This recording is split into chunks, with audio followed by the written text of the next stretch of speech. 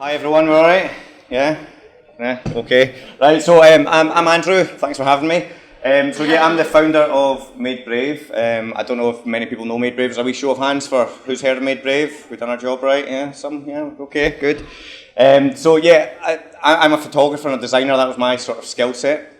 I worked as a photographer and designer for 8 years.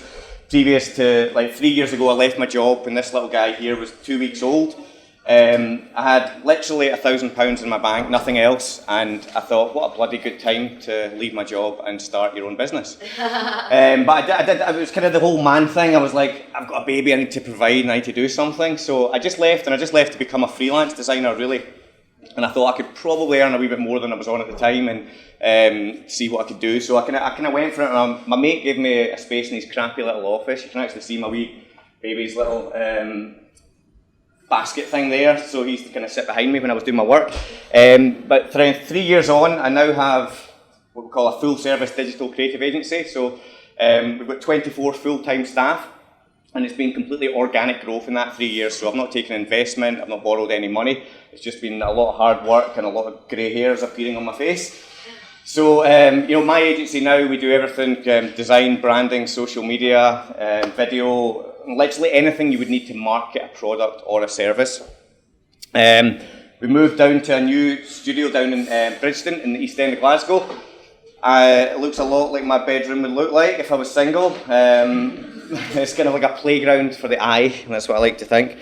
And we now work for some of the biggest brands in Scotland, the UK and beyond, so really fortunate to get to play with all these guys' money, play on their brands, but it doesn't come easy and there's a lot of hard work that goes in there. I thought I'd show you some of the imagery. We're talking tonight about imagery. I'm a very visual person. I am rubbish at writing, I'm rubbish at grammar, my brain doesn't work that way. I'm very visual and this kind of thing comes very naturally to me. So this is actually my team or some of my team members. And this was an image we created for the Commonwealth Games, just for self-promotion.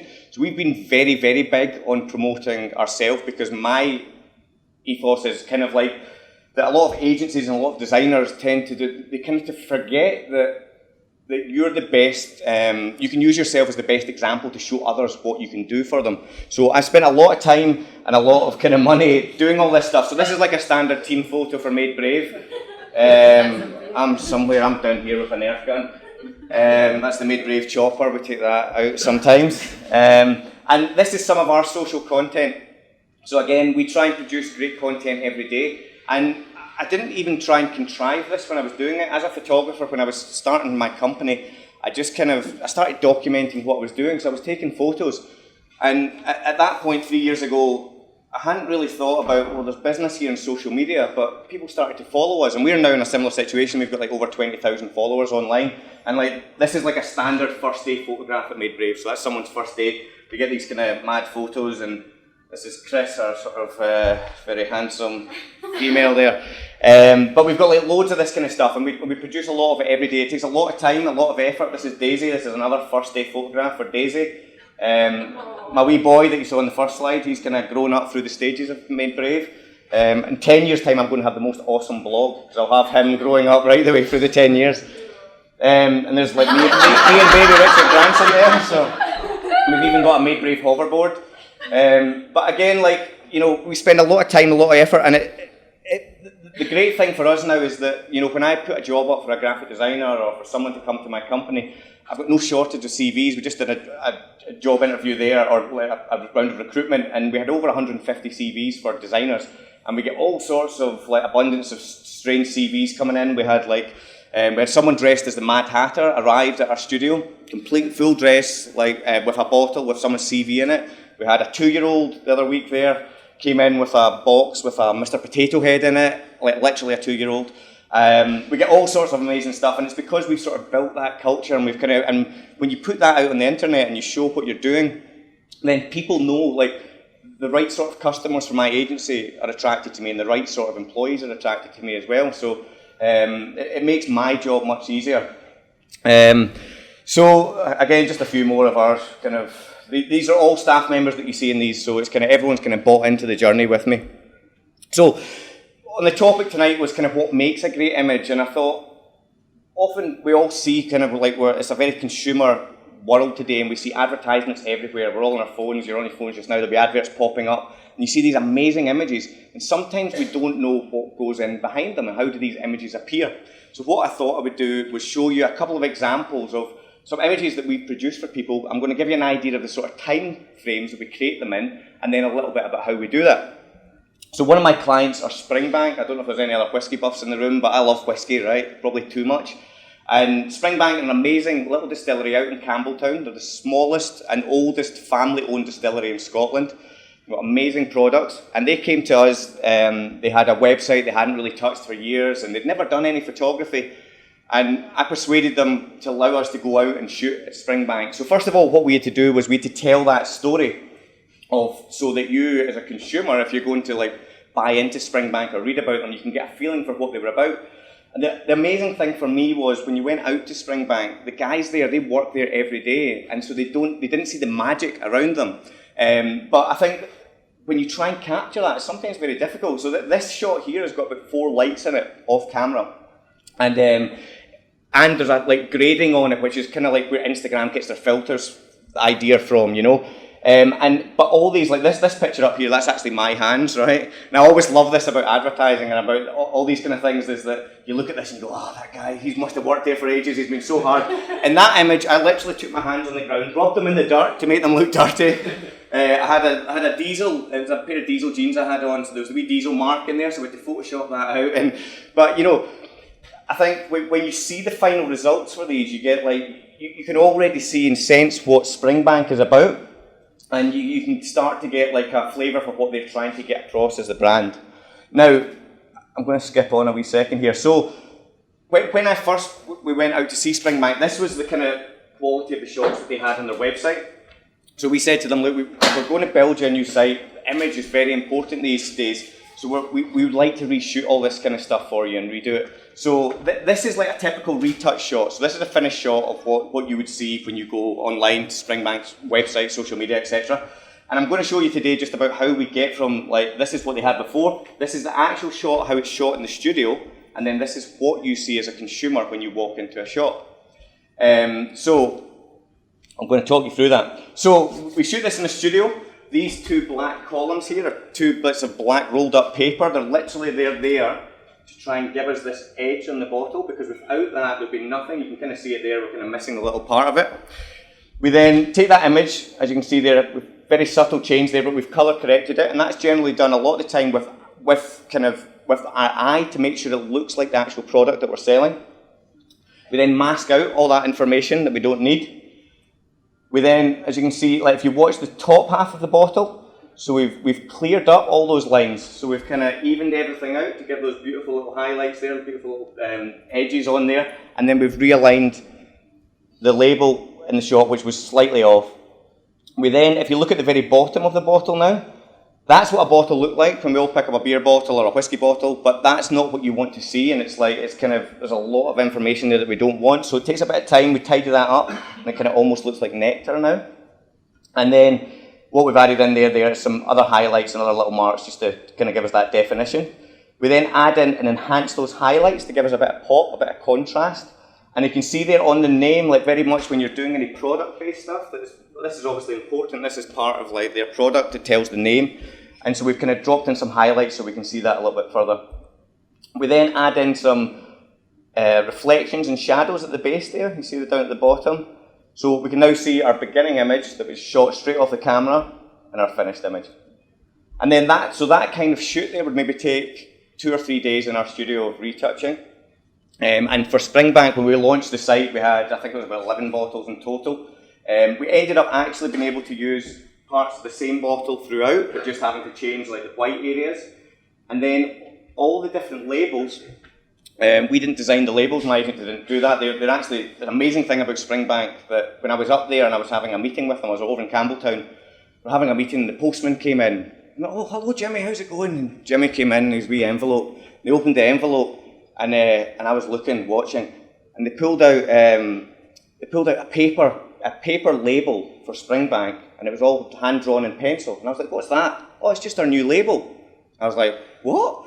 And they were like, there's like an 85-year-old guy up north somewhere, that sit and hand draws the labels for these things, and then they send them down and they sign them off, they send them off to printers.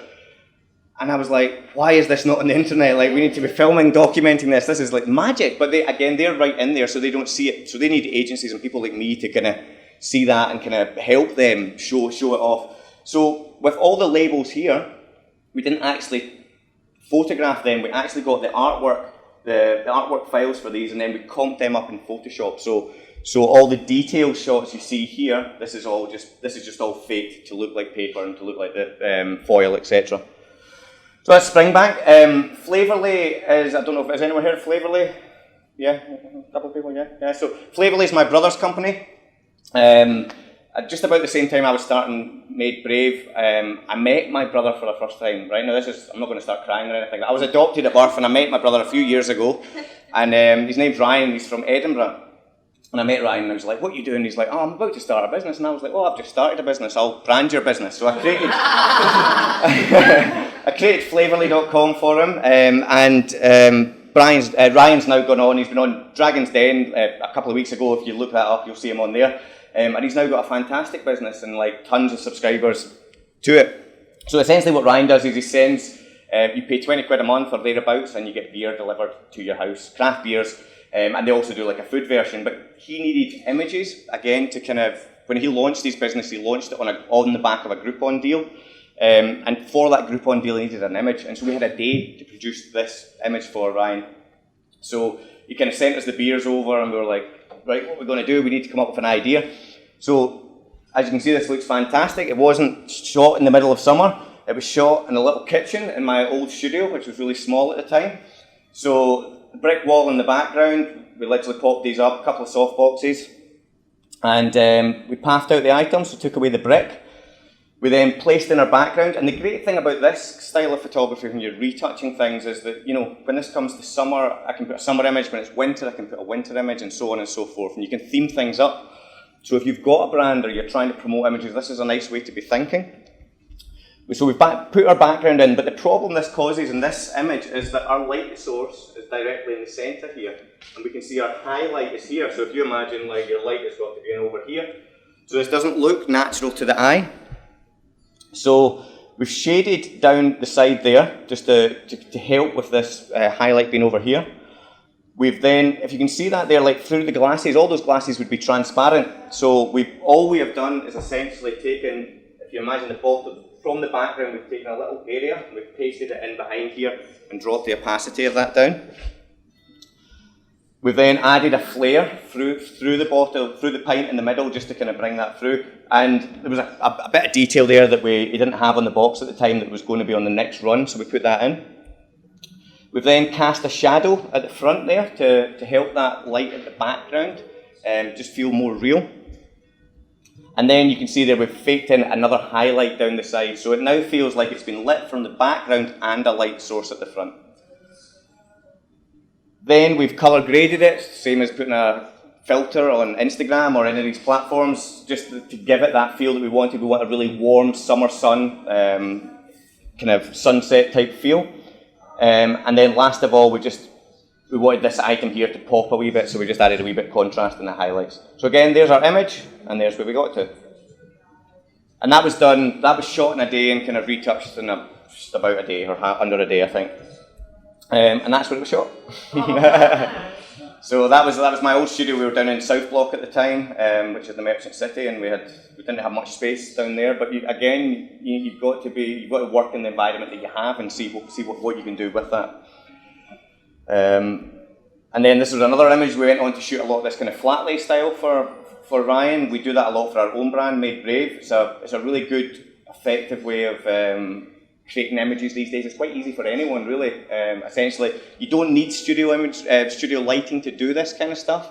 You can shoot this stuff. What we've got in our studio now is we've got like different planks of wood, dark ones, white ones, light wood, all these kind of ones, and we just place them together. And you can shoot this stuff beside window light with an iPhone. It doesn't need to be high pro gear to do this kind of stuff, but it's a really nice and easy way to create imagery for your brand.